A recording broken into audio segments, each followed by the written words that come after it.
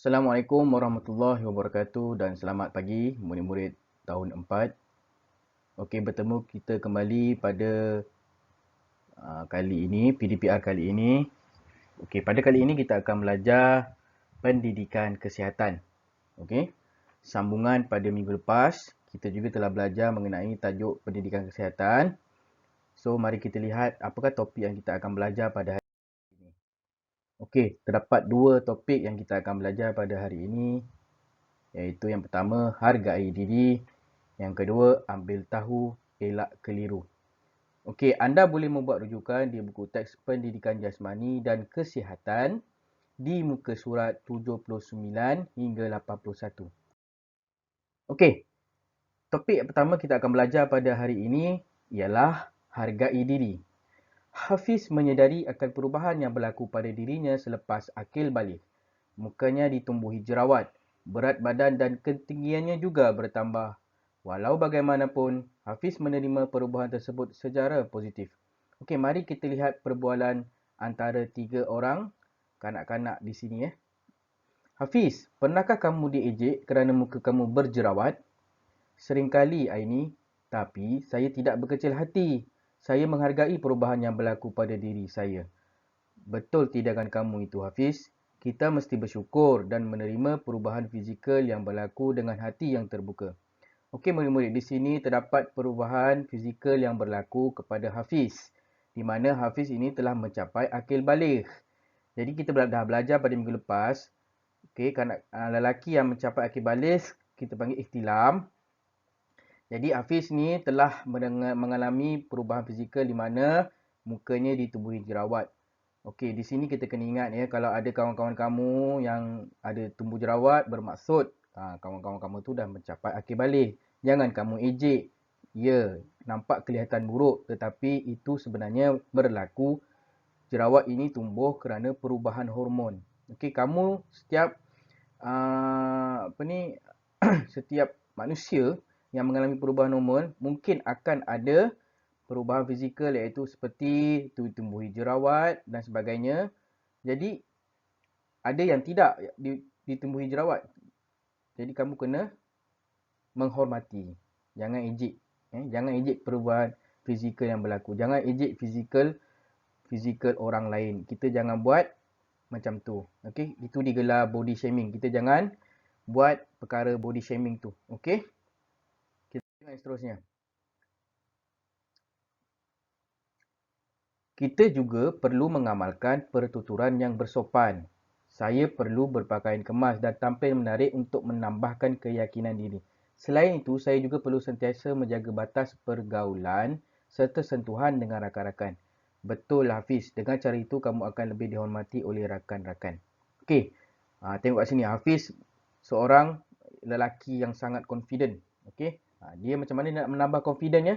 Dia berpakaian kemas, tampil dengan menarik, okey, memakai bau-bauan yang wangi, okey. Di samping itu dia juga menjaga batas pergaulan antara lelaki lah dan perempuan. Okey, kita tengok soalan di bawah. Apakah tindakan kamu sekiranya rakan baik kamu mengejek murid yang berjerawat tinggi dan berbadan besar seperti Hafiz? Ini kita panggil body shaming. Orang yang suka mengejek ni kita panggil bully ya. Jadi di sekolah kita tak boleh buat perkara perangai macam ni, membuli orang lain, kita mengejek tubuh badan dia, katakan kawan yang berbadan besar gemuk, gempal, kita tak boleh ejek-ejek orang sesuka hati. Okey, itu digelar body shaming. Jadi kalau kita nampak kawan-kawan kita yang mengejek kawan yang lain, mukanya berjerawat, badannya besar, kita kena nasihatkan kawan-kawan kita. Okey, kita kena nasihatkan mereka yang suka membuli, yang suka mengejek, okey? Kita kena nasihatkan. Kalau tak jalan juga nasihat tu, laporkan kepada guru kelas atau guru disiplin di sekolah. Okey, sama seterusnya. Okey, topik yang kedua hari ini kita akan belajar berkenaan dengan ambil tahu, elak keliru. Okey, kita baca petikan tersebut. Sekolah Kebangsaan Satria telah mengadakan Minggu Kesedaran Penyalahgunaan Bahan. Raihanah dan murid tahun 4 bendahara sedang mendengar penerangan daripada Cikgu Mariam tentang penyalahgunaan alkohol. Oh, jadi pada hari ini kita nak belajar tentang penyalahgunaan alkohol. Alkohol ni apa? Inilah alkohol, minuman keras. arak. Okey, kita akan belajar tentang penyalahgunaan arak dan minuman keras. Okey, kita baca di sini. Sudut penerangan penyalahgunaan bahan. Okey. Cikgu, apakah alkohol? Alkohol ialah cecair yang mudah terbakar dan memberikan kesan memabukkan kepada seseorang jika diminum secara berlebihan. Di sini minuman keras alkohol, minuman keras atau arak. Apabila kita minum minuman yang beralkohol, ia memberikan kesan memabukkan kepada seseorang jika diminum secara berlebihan. Cikgu, apakah kesan penyalahgunaan alkohol? Penyalahgunaan alkohol akan memberikan kesan buruk kepada tubuh badan seperti koordinasi, pemikiran dan pertuturan terganggu, penglihatan menjadi kaku, masalah pernafasan dan kemurungan. Jadi apabila seseorang itu mengambil alkohol dengan terlampau banyak, penyalahgunaan alkohol mengambil, maksudnya dia minum arak, minum minuman keras, ia akan memberikan kesan yang buruk kepada badan seperti koordinasi pemikiran dan pertuturan terganggu. Cuba kita lihat sekarang banyak kes orang yang mabuk memandu kereta. Apa yang akan berlaku? Akan berlaku kemalangan. Kenapa? Kerana pemandu yang mabuk tidak dapat mengawal kenderaan dengan baik. Itu yang akan menyebabkan kemalangan. Itu sangat bahaya. Yang kedua, penglihatan menjadi kabur. Bermaksud di sini kamu tidak akan dapat melihat dengan jelas. Kita pernah nampak, saya rasa awak semua pernah nampak video, pernah tengok video tentang orang yang mabuk, mereka jalan terhuyung, hayang, betul? Dia tidak dapat jalan dengan betul. Masalah pernafasan dan kemurungan. Ini, okey, kesan buruk yang lain. Okey murid-murid, mari kita lihat seterusnya. Ini merupakan botol alkohol atau botol arak Macam mana kita nak mengelakkan, cara elak kita daripada mengambil alkohol? Yang pertama, menolak pelawaan dan berkata tidak pada pelawaan minuman beralkohol. Okey, kita di sini disarankan kita tolak pelawaan orang yang mengajak kita minum alkohol. Tapi saya pasti awak semua tak akan minum alkohol lah Jangan membabitkan, jangan mula dengan mengambil alkohol. Okay, yang kedua, sentiasa melakukan aktiviti berfaedah semasa waktu senggang. Sentiasa aktif dengan aktiviti yang berfaedah, bersukan. Okay, kita kena sentiasa aktif. Okay, itu cara elak pengambilan alkohol. Seterusnya kita tengok antara kesan pengambilan alkohol secara berlebihan. Ada 3 kesan buruk dia. Yang pertama, kesan ke atas kesihatan fizikal, kesan ke atas kesihatan emosi dan kesan ke atas kesihatan mental. Kita tengok yang pertama, kesan kesihatan terhadap fizikal, sakit kepala, muntah, sirit-birit, badan menggeletar. Orang yang mengambil alkohol, kesan dia akan mudah sakit kepala, muntah, senang muntah, sirit-birit dan badan dia akan menggeletar. Ini kesan dia. Kita tengok kesan kesihatan emosi. Yang pertama, keresahan dan kemurungan. Kedua, tidak stabil. Yang ketiga, cepat marah dan agresif. Orang yang mengambil alkohol ni, dia akan senang murung. Kemudian, emosi dia tidak stabil. Kadang-kadang marah, kadang-kadang happy, cepat berubah emosi dia. Kadang-kadang sedih. Ketiga, cepat marah dan agresif. Ini yang paling bahaya. Orang yang mengambil alkohol, dia berada dalam keadaan yang mabuk. Bila berada dalam keadaan mabuk, ini emosi dia akan cepat berubah-ubah, menjadi agresif, marah, sensitif. Tiba-tiba dia nanti boleh pukul orang. Dia cepat trigger dengan keadaan emosi badan dia. Ketiga, kesihatan mental. Apakah kesan buruk kesihatan mental akibat pengambilan alkohol secara berlebihan? Pertama, kecelaruan tingkah laku. Kedua, keyakinan diri menurun. Ketiga, hilang ingatan sementara dan kekal. Keempat, hilang pertimbangan. Ini kita tengok ada 4 kesan dia. Ni dia punya mental. Okay, hilang ingatan sementara, keyakinan diri menurun, kecelaruan tingkah laku. Ini yang kita nak kena elakkan. Okay. Hilang pertimbangan dalam membuat keputusan. Okey.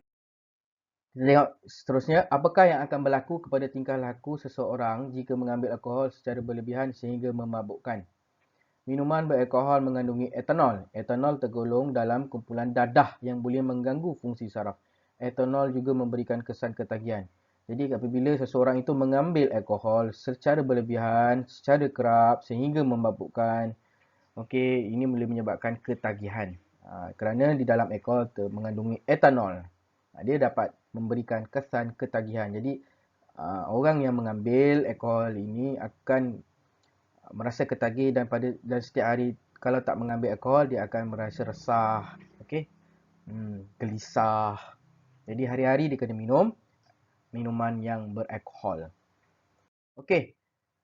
Di sini ada satu latihan uji minda. Okey, setelah kamu tonton mengenai berkaitan dengan topik yang kita belajar hari ini, kamu buat uji minda ni, boleh rujuk buku teks pendidikan kesihatan PJK buku teks di muka surat 93.